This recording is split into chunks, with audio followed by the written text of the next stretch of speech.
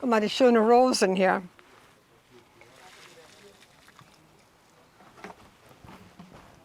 You think they need water all the time, don't they? Yeah, they do.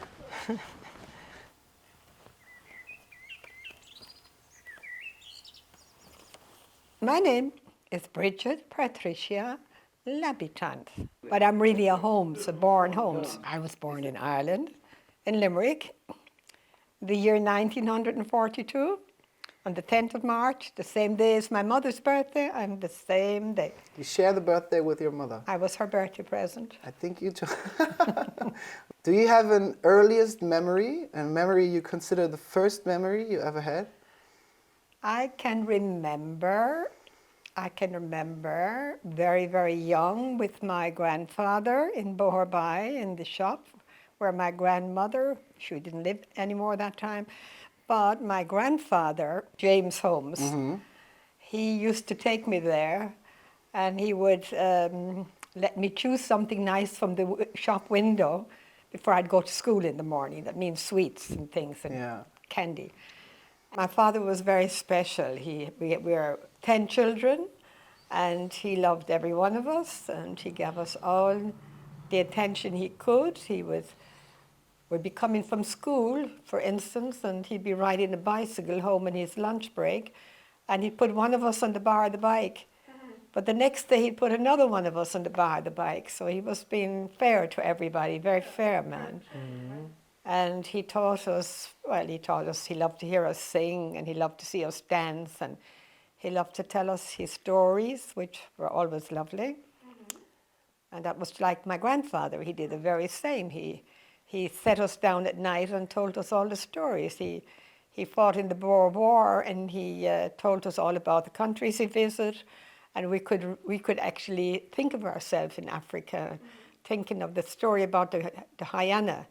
And the various stories he told us, about the guy saying, Johnny, look up there. Do you see that moon up there? It looks like the same moon we have in Ireland.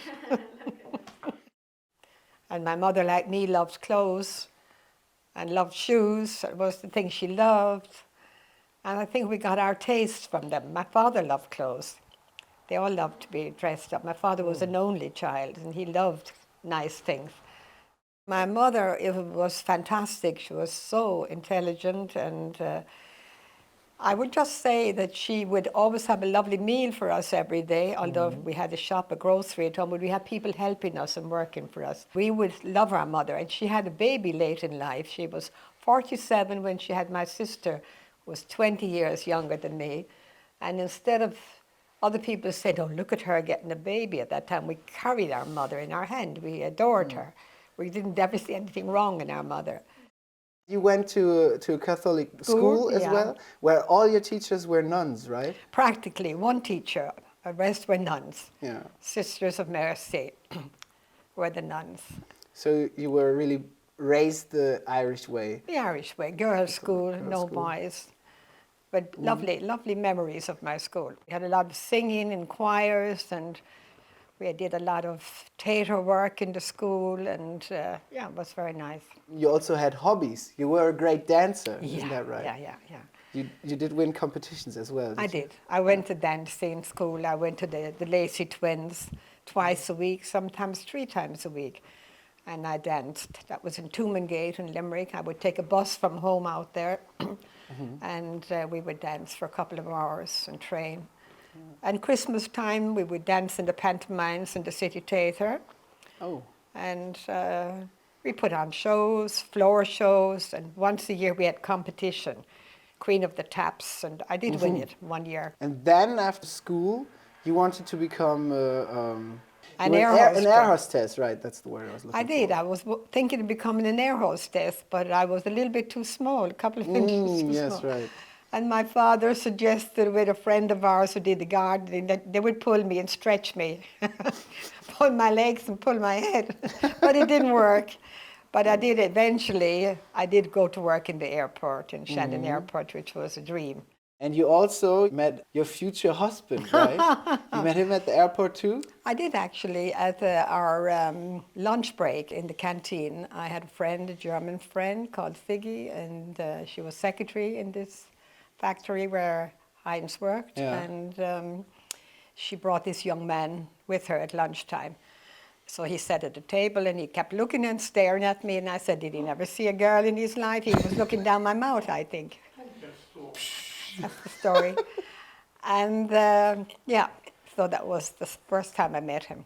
Ah, The okay. next time I met him, it was at a dance in the Stella, where the big ballroom was, where all the Yeah. show bands came, and he came up and asked me for a rendezvous.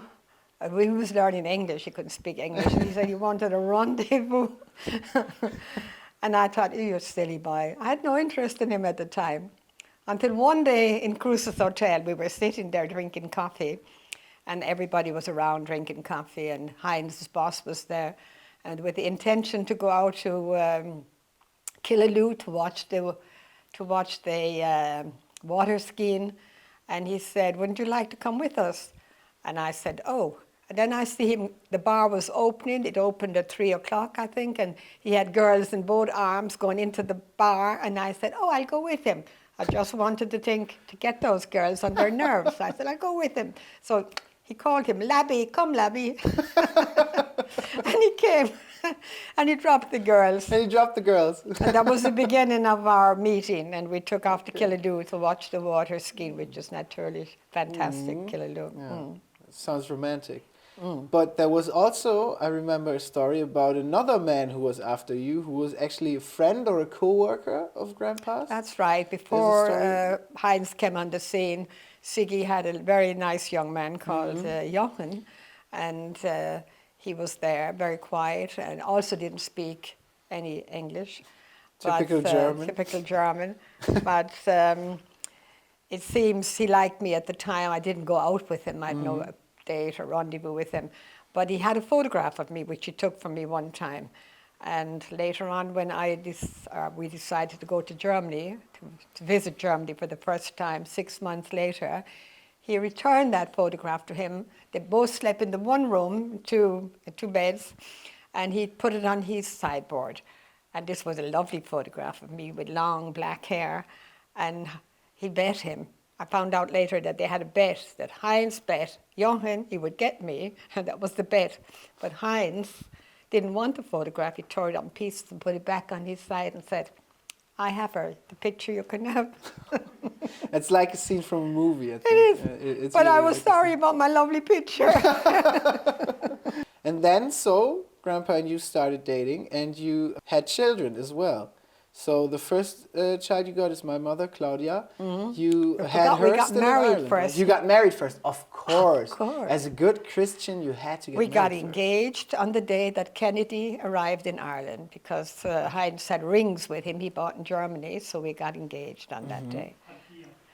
And that was 63. And in 64 we married in Limerick, in the Holy Rosary Church in Limerick. And then that same year, then we went to Germany for a month. And then 9 months later, 9 and a bit, Claudia was born. So that was my first daughter, Claudia. Yeah. And You had her still in Ireland. in Ireland. Right. And we lived in Shannon Airport. We lived in a lovely apartment in Drumgeely Hill, which was very, very modern, very up to date for Ireland to have apartments like that. And eventually my husband went to Northern Ireland working with a firm. And they wanted him to stay there. So we had to leave the south and go to the north. And we Yeah. lived in the north for about 10 months or so. And then the firm decided to close or sell out. So at that time, nobody could stay in Ireland. So my husband had to leave because as a foreigner, you didn't have permission to stay in Ireland unless you had your special kind of work. Yeah. So that's when we came to Germany, 1965, 66, I think, we came to Germany. And then shortly afterwards, my second daughter was born, Eileen. And one would think you'd had enough on your mind with the 2 children and the new place, the new country you're living in. Grandpa was working, you didn't speak the language, you had to learn the language, but you still were kind of bored and you wanted to do something. You wanted to work, right? Yeah, well, I did. I thought sitting around in a little village, I come from a big town, it's the third biggest town in Ireland, I was always busy, always doing something and active. And I found this village life was nothing for me, and the gardens or the potatoes growing and things that didn't interest me. And I thought this isn't like the Germany I thought it was. But eventually I made friends, and I went into Wildenrath, and we got permission through this Irish priest, Father Harris, to attend church there, Mass on Sunday. So I got to know people, and I helped him a little bit with coffee mornings.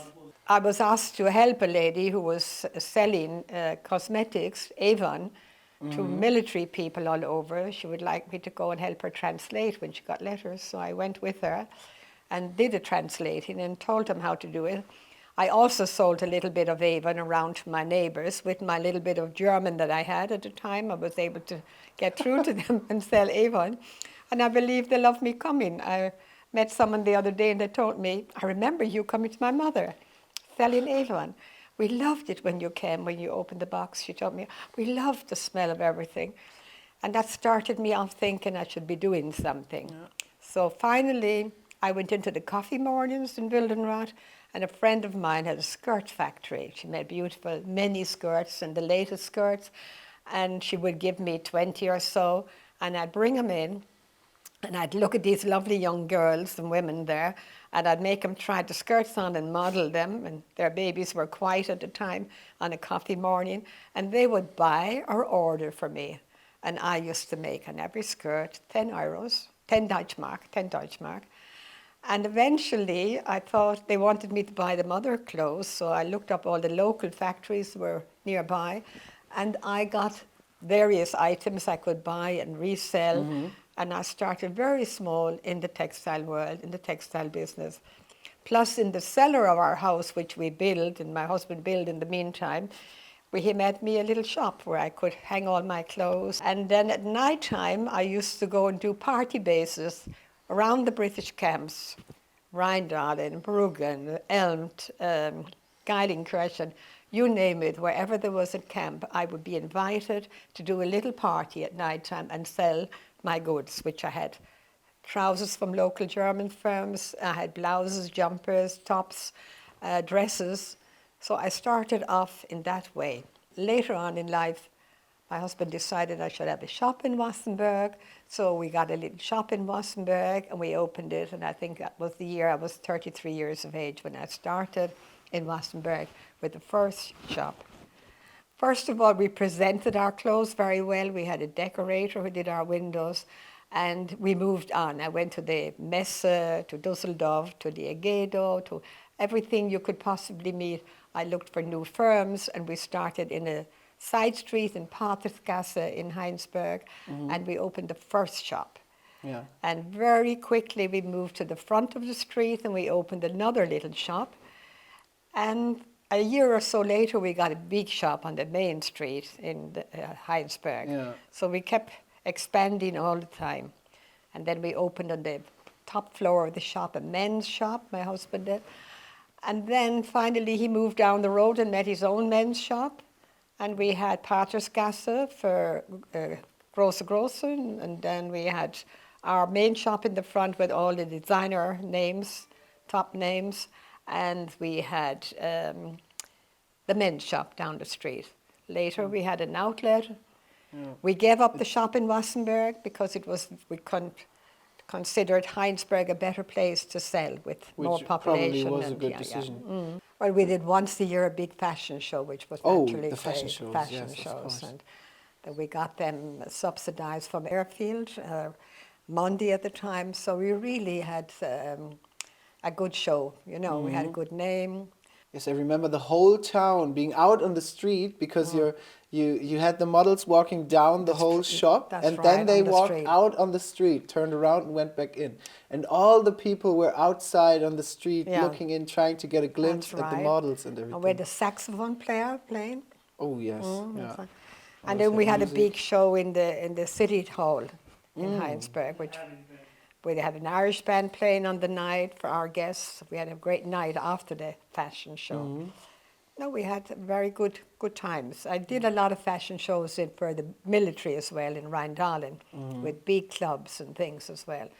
But they appreciated it, and I think they wanted to mix with the Germans. They loved coming to Yeah. this shop because it was a German shop, it was an Irish shop, it was a German shop, and to Yeah. them, they felt really happy in it. Yeah. Plus Americans from Geilenkirchen from the base, Oh, we of met course. nice Yeah. friends there too Yeah. over the years now. Yeah, I should mention all the lovely girls I had working for me. Oh, of I had course. fantastic sales girls who were really my right hand, my left hand. I had my daughters that helped me, and yeah, and I had my grandsons who came in and my granddaughters who came in when the fashion show was on. I have some lovely pictures of them there, and Yeah. yeah, I think that's what makes it all really, all round. Yeah. My husband, of course, in the background doing everything for me. And this is the main thing. And if you have a partner that it plays along your life, this is how you get on in life, isn't it? You stick That's right. together. That's true. You've been married for how long, and what's the secret? Secret. Well, I've married 58 years, right? Yeah. Coming on this year, maybe 59, yeah. Shut up.